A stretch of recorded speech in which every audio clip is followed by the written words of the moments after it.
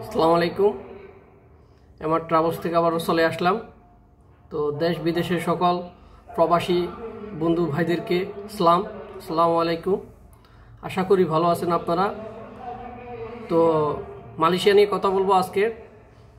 প্রথমত কথা বলবো 18,000 যেসব লোক যেতে পারে নাই, 18,000ও বলছে সরকারে, অনেক সময় 32,000ও শুনছি আমরা। তো এদের নিয়ে কথা বলবো আমি। তো আমার অনেক প্রবাসী বন্ধুরা যারা প্রবাসী যাওয়ার, মালয়েশিয়া যাওয়ার চিন্তাভাবনা করছিলেন, যেতে পারেন নাই।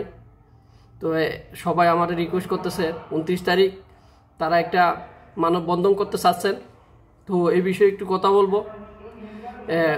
তো সরকারকে আপনারা হয়তো প্রস্তাবনা করবেন যে 18,000 লোক কীভাবে কবে আপনারা দ্রুত পাঠাইতে পারবেন, সে বিষয়ে হয়তো মানববন্ধন করবেন। কেন দেরি করতেছে ঘোষণা হওয়ার পরও? তো এটা বিভিন্ন কারণে বাংলাদেশ সরকার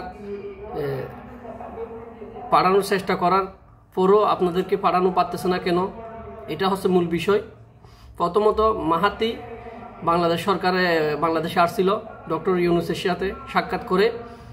তিনি কিন্তু ঘোষণা দিয়েছিল 18,000 যে লোক যে 18,000 যেতে পারে নাই, সব কিছু হওয়ার পরও, মেন পাওয়ার হওয়ার পরও তাদেরকে পুনরায় নিয়ে যাওয়ার ব্যবস্থা করবে, সে কথা বলছিল।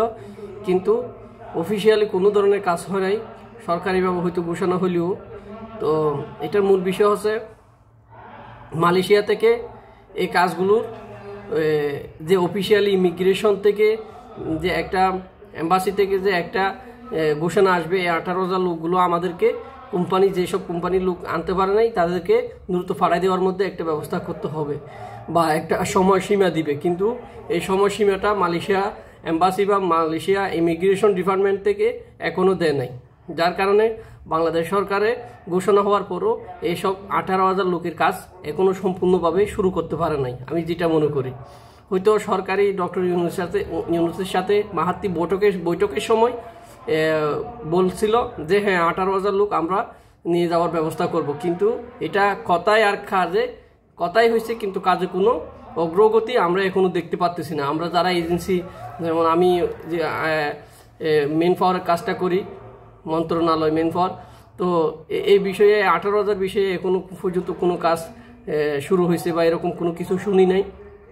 তো আপনারা শান্তিপূর্ণভাবে মানববন্ধন করবেন, কোনো রুট রাস্তা ঘাট ব্লক করবেন বা বন্ধ করে দিবেন, এরকম কোনো অঘটন ঘটানো করবেন না। কারণ বাংলাদেশ এখন বুঝতেছেন অন্তর্বর্তী সরকার খুবই চ্যালেঞ্জিংয়ের মধ্যে আছে। তো গত কয়েকদিন আগেও আপনারা জানেন বাংলাদেশ সচিবালয়ে আগুন ধরে অনেক কিছু ক্ষয়ক্ষতি হয়েছে। তো এখন অনেক কিছু সমস্যার সম্মুখীন বাংলাদেশ সরকার। তো আপনারা শান্তিপূর্ণভাবে প্রবাসী কল্যাণ মন্ত্রণালয়ের সামনে আপনারা আবেদন করবেন, ব্যানার ডিজাইনটা আপনারা করে ফেলবেন। তো আমরা ইনশাল্লাহ থাকবো, আমরা যারা ইউটিউবার আছি আপনাদের পাশে সবসময় আমরা আছি, প্রবাসী ভাইদের। কারণ আপনারা ক্ষতিগ্রস্ত, অনেকে 5 লাখ টাকা, 4 লাখ টাকা, 6 লাখ টাকা দিয়েছেন, অনেকে কিছু টাকা পাইছে, অনেকে পায় নাই। তো আমরা জানি এটা। তো আপনাদের যে কোনো ধরনের সহযোগিতায় আমরা পাশে পাবেন ইনশাল্লাহ। 29 তারিখ আপনাদের পাশে আমরা থাকবো ইনশাল্লাহ মন্ত্রণালয়ের সামনে। তো আপনারা সবাই এটা অন্তর্বর্তী সরকারের কাছে আবেদন করবেন, আমরা কবে নাগাদ মালয়েশিয়া 18,000 লোক যেতে পারে নাই তারা যেতে পারবে, এটার প্রশ্নোত্তর সাংবাদিকদের সামনে বলবেন। এবং দ্রুত যারা 18,000 যেতে পারে নাই তাদের কাজ শুরু করার জন্য আপনারা আবেদন করবেন শান্তিপূর্ণভাবে।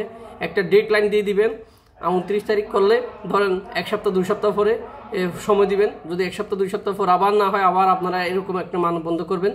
তো সরকার এই সময়ের মধ্যে যদি কাজ শুরু করে 18,000 লোকের, তাহলে তো খুবই ভালো, তাহলে আপনারা যেতে পারবেন, আপডেট পাবেন সব কিছুই। আর যদি না শুরু করে তাহলে হয়তো আপনারা আবার পরবর্তী পদক্ষেপ নেবেন এইখান থেকে। তো এটা হচ্ছে মূল বিষয়। সবাই পাশে থাকবেন আমার ইনশাল্লাহ।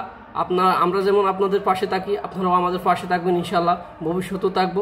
তো আমার চ্যানেলটি সাবস্ক্রাইব করবেন। তো আপনাদের জন্য এরকম গুরুত্বপূর্ণ আপডেট যে আমি দিব ইনশাল্লাহ। আপনাদের পরামর্শ সহযোগিতা সবসময় পাবেন আমার। তো ভালো থাকবেন সকল প্রবাসী ভাইয়েরা। আল্লাহ হাফেজ, আসসালামু আলাইকুম।